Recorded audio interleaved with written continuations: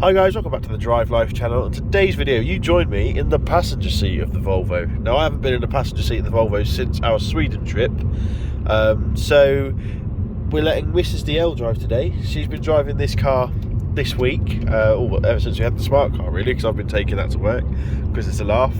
I thought what we'd do is, while she's doing an excellent job chauffeuring me and the lovely Otto, who is currently fast asleep, we'd ask her what her impressions are, and I'd also sort of give a few my own thoughts on being a passenger in this car, because yeah, not many of us who own these cars actually ride as passengers in them. So let's get straight into it. So where are we off to today, darling? We're off to Hereford.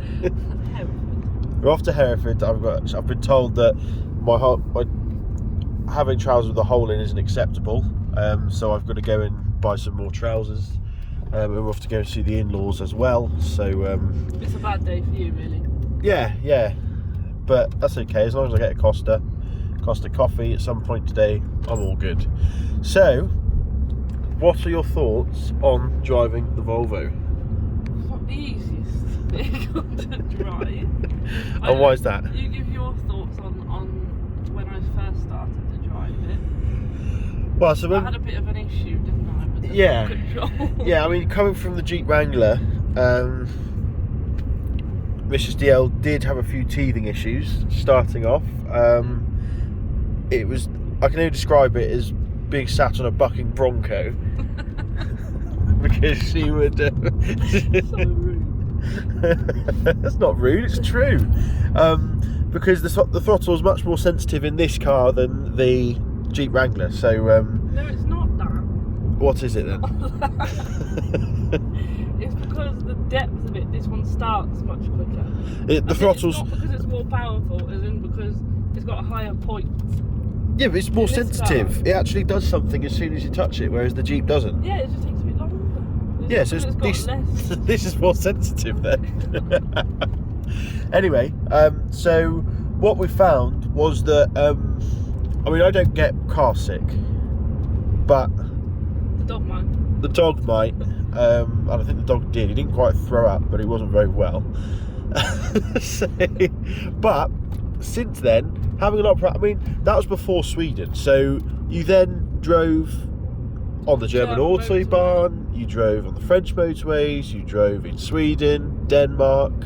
So you did your fair share of driving. Not holiday, I was asleep. You slept through all the way through the Netherlands, which was quite funny, especially when I was trying to. Oh no, it was Brussels and Antwerp. You also slept through, when I could have done with a co-driver.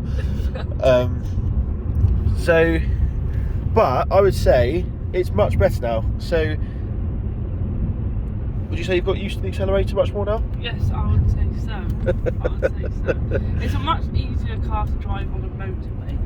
I think if you lived in a better place than we do, it'd be a much better car. But Yeah, when these your roads are it is a bit rubbish, to be honest. WRC rally stages half the time, Yeah.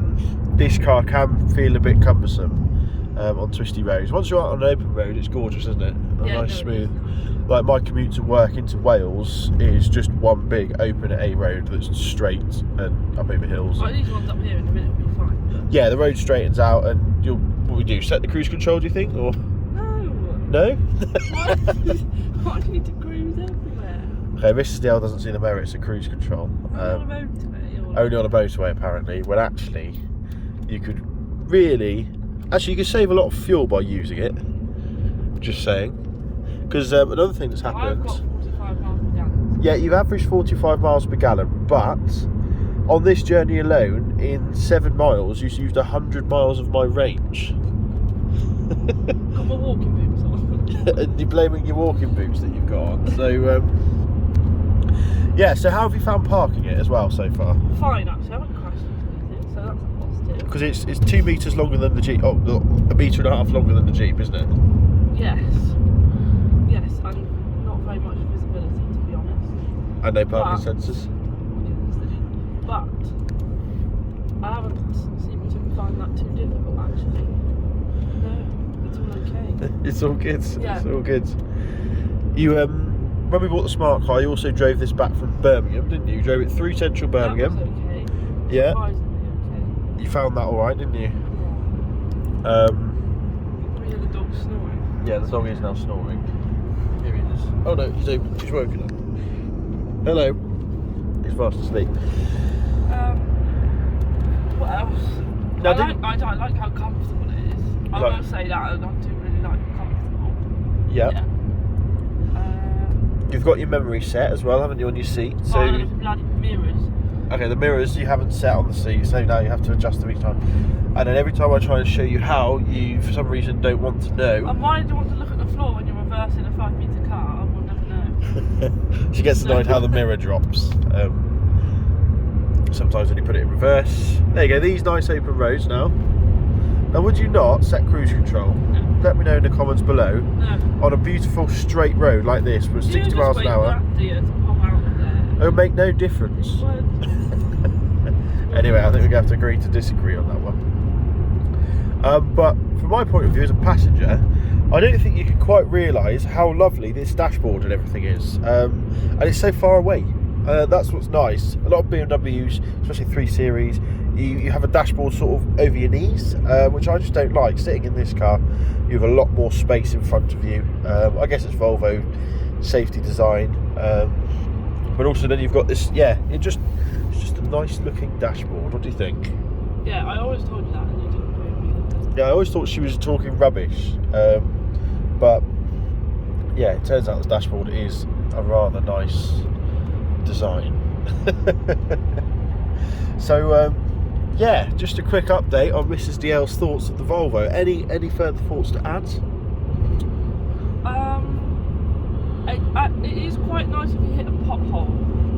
I think because it's longer, you don't really feel it as much. Yeah. That would be my opinion. The longer wheelbase flattens out bumps, etc. I mean, I do hope you're not aiming for potholes. Oh yeah, of course not. But no, yeah, I know what you did mean. have quite a close shave with the bus, didn't I? You did, yeah, I nearly lost my driver's mirror apparently, according to Mrs. DL, on the local bus. Yeah, I did. That. But that wasn't that his fault? Oh yeah, of course. Yeah, it wouldn't be your fault, would it?